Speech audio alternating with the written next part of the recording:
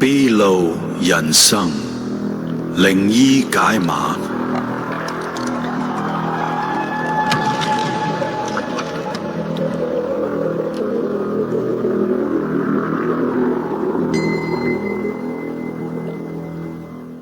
歡迎收睇《秘路人生靈異解碼》嘅呢個全新靈異節目時間。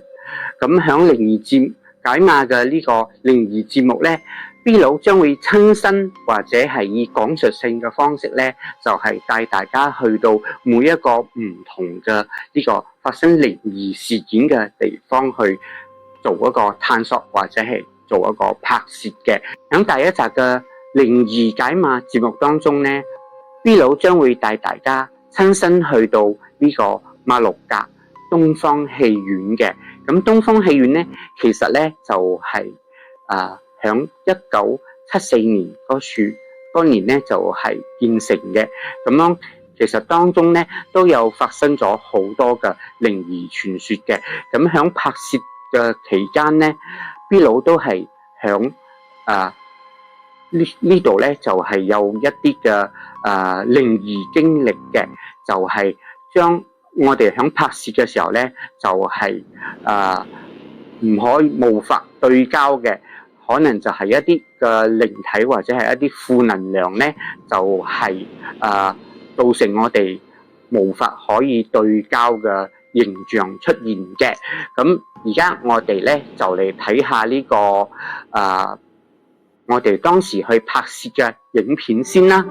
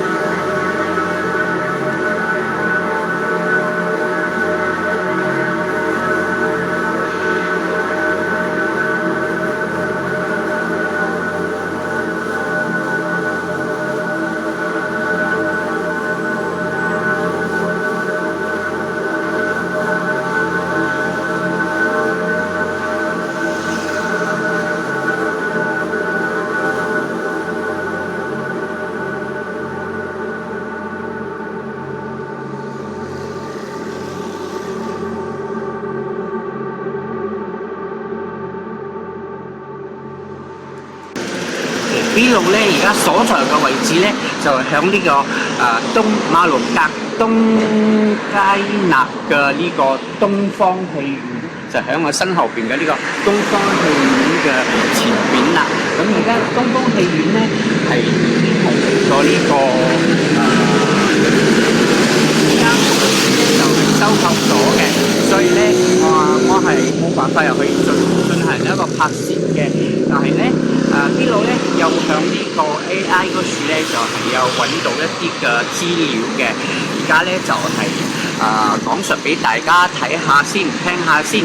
就係馬六甲嘅東方戲院啦。馬六甲東方戲院咧就係馬六甲嘅最猛嘅鬼戲院之一個喎。咁基本嘅呢個資料咧，佢咧就係響呢個 Jalan Tengkurang Tengkeran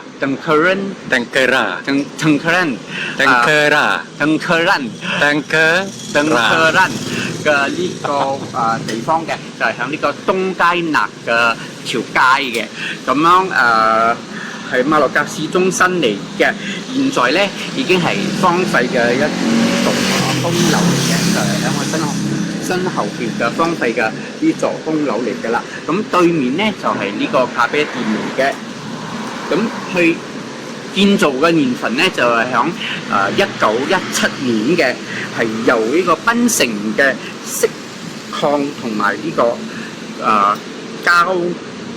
樹膠大亨羅應坤出資80億力幣建造嘅。咁建築師咧係 Street and McNeill 嘅，係馬六甲最早嘅現代戲院之一嘅。咁佢所在嘅位置咧就係20世紀初咧馬六甲嘅4大戲院之一，係同呢個 Rex 啦、Capitol 啦、Silver 啦係齊名嘅。後來咧更加咧就係俾呢個邵氏兄弟咧係租用過嘅喎。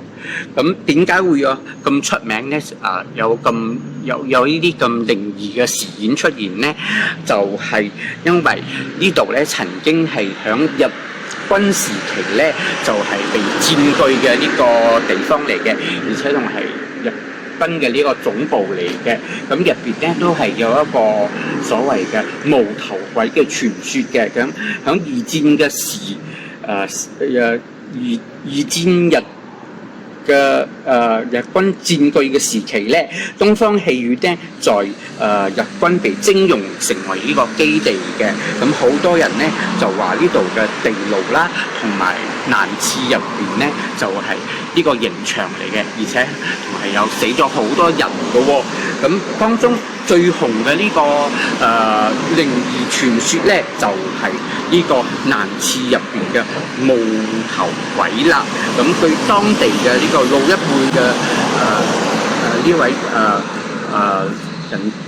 人士講咧，Vicky Chong 講咧，就係話佢響以前咧，佢係響呢度咧就係做呢個售票員嘅喎。咁佢係親眼見到過響呢間戲院入邊嘅男廁所咧，係有一個無頭男鬼嘅，而且咧會突然間咧就係會拍佢個膊頭啦，或者係屁股嘅，就當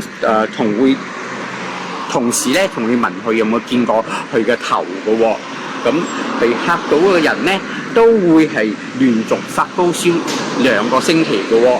咁而且呢位人士咧，Vicky Chong 咧，佢都係自稱佢係有大山隻眼嘅，即係有呢個鬼眼嘅。咁樣從呢間戲院一開張嘅時候咧，就開始鬧鬼啦。咁好啦，咁呢個就係其中之一嘅呢個關於呢間戲院嘅呢個傳說啦。咁好啦，咁今次咧響呢個東方戲院，即係向呢個東納街馬六甲東納街嘅呢個東方戲院嘅呢個短短嘅一個拍攝咧，就到呢度為止啦。咁大家咧，如果係講中意我呢個影片嘅話咧，就希望你多多去分享俾大家，之後咧多多去支持我呢個 YouTube 頻道，而且要將佢 subscribe 起嚟。咁如果大家有其他咩地方咧要我繼續去做呢個拍攝嘅話咧，都可以喺留言板多處就係分享俾我知道嘅喎。咁今次嘅拍攝到呢度為止啦。睇過東方戲院嘅呢個靈異事件之後咧，第一集嘅靈異解碼嘅節目時間咧就到呢度為止啦。第一集嘅呢個靈異解碼嘅節目咧，V 佬將會繼續為大家去探索更多嘅靈異事件或者係靈異嘅地點嘅。咁希望咧大家就要繼續收睇啦。秘魯人生靈異解碼。